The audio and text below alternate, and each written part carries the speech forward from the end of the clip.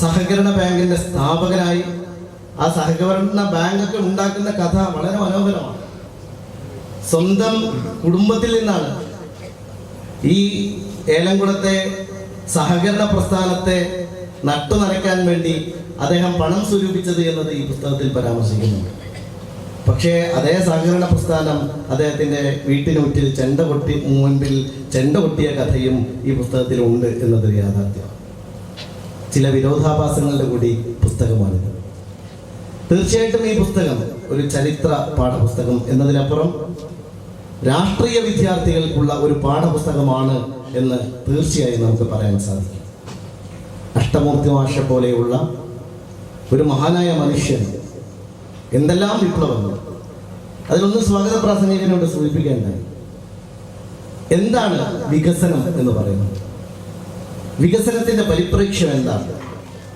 വികസനത്തെക്കുറിച്ച് നമ്മൾ എപ്പോഴും വാദോരാതെ സംസാരിക്കുന്നവരാണ്. ഞാൻ വിശ്വസിക്കുന്ന വികസനം മനുഷ്യനെ എംപവർ ചെയ്യാൻ കഴിയുന്ന ജനപ്രതിനിധികൾക്ക് മാത്രം സാധിക്കുന്നതാണ് വികസനം എന്നത്. എങ്കിൽ ഏലംകുളത്തെ എംപവർ ചെയ്ത ഒരു രാഷ്ട്രീയ വികസന നായകനാണ് ഇരിക്കുന്ന അഷ്ടമൂർത്തി മാഷ് എന്ന് നമുക്ക് പറയുന്നത്.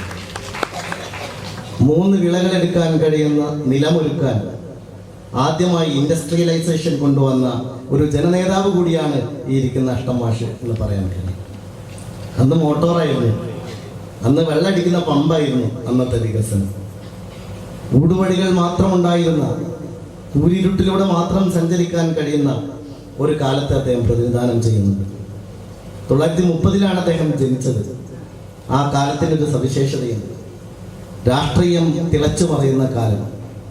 ഇന്ത്യയുടെ സ്വാതന്ത്ര്യത്തിന് വേണ്ടി ലോകമെങ്ങും സമരങ്ങൾ നടക്കുന്ന കാലം. രാജ്യത്ത് മാത്രമല്ല, ലോകമെങ്ങും സമരങ്ങൾ നടക്കുന്ന കാലം. വിദ്യാർത്ഥി പ്രസ്ഥാനങ്ങൾ സജീവമാകുന്ന കാലം. വിദ്യാർത്ഥികളടക്കം സമരഭൂമിയിലേക്ക് വരുന്ന കാലം. ഗാന്ധിജിയുടെ കാലം. ലോകത്തെ ഏറ്റവും വലിയ പോരാട്ടത്തിന്റെ പോർമുഖമായി ഇന്ത്യ മാറിയ കാലം. അതേ കാലത്ത് തന്നെയാണ് തൊഴിലാളികളുടെ അവകാശത്തിന് വേണ്ടി ഇടതുപക്ഷ പ്രസ്ഥാനങ്ങൾ സജീവമാകുന്ന കാലവും. ആ തീക്ഷ്ണമായ സമരഭൂമികയിലേക്ക് പിറന്നു വീണ ഒരാളെന്ന നിലയിലാണ് അഷ്ടമൂർത്തി മാഷ് അദ്ദേഹത്തിൻ്റെ ജീവിതത്തെ മുന്നോട്ട് കൊണ്ടുപോയത്.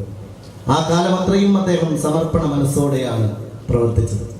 അദ്ദേഹം നൽകിയ ആ നല്ല കാര്യങ്ങളെല്ലാം ഒട്ടനവധി വിദ്യാലയങ്ങൾ, ഈ സ്കൂളുകളുടെ അപ്ഗ്രേഡ് ചെയ്യുന്നത്, ആ സ്കൂളുകളുടെ വികസനം നടക്കുന്നത്, ആ സ്കൂളുകളിലൂടെ വിദ്യാർത്ഥികൾ പഠിച്ചു വളരുന്നത്, അങ്ങനെ അദ്ദേഹം കൊണ്ടുവന്ന ഏറ്റവും പ്രധാനപ്പെട്ട കാര്യമായി എനിക്ക് തോന്നുന്നൊരു കാര്യം, അന്ന് വളരെ പ്രയാസപ്പെടുന്ന കാലത്ത്, ഉടുതുണിക്ക് മറുതുണിയില്ലാത്ത കാലത്ത്, ഭക്ഷണമില്ലാത്ത കാലത്ത്, കഞ്ഞിപ്പാർച്ച നടത്തുന്ന മനകളുടെ കാലത്ത്, ആ കാലത്താണ് അഷ്ടമാഷയുടെ പ്രവർത്തനങ്ങൾ കൊണ്ട് സാധാരണ കൂലിത്തൊഴിലാളിയുടെ കയ്യിലേക്ക് പണം വരുന്ന ഒരു കാലം ഉണ്ടാക്കിയത്.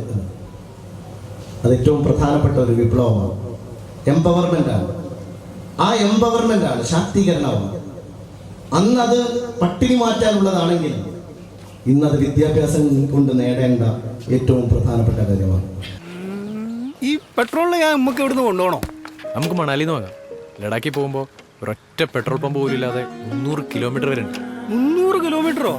ഈ ഒന്ന് ആലോചിച്ച് നോക്കിയേ, ചുറ്റിനും മല, അതിന്റെ നടുവിലൂടെ നോക്കിയാ നോട്ടം കിട്ടാത്ത റോഡ്, അതിലൂടെ നമ്മള് രണ്ടാണ് ബുള്ളറ്റിൽ പോകുന്നത്.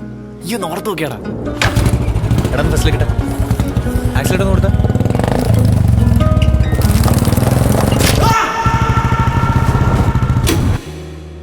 വിരലിന്റെ അറ്റം കട്ടായി പോയിട്ട് ഇങ്ങനെ തൂങ്ങി കിടക്കുമായിരുന്നു.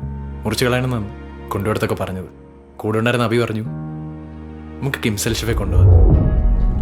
വിരലിന്റെ കാര്യത്തിലാണേലും യാത്രയുടെ കാര്യത്തിലാണേലും രണ്ടും മുറിഞ്ഞു പോകാതെ തുന്നിച്ചേർത്തത് കിംസ് അൽ ഷിഫയിലെ ഹാൻഡ് ആൻഡ് റിസ്റ്റ് സെന്റർ ആണ്. Hand and wrist centre, KIMS Al Shifa hospital, Perinthalmanna.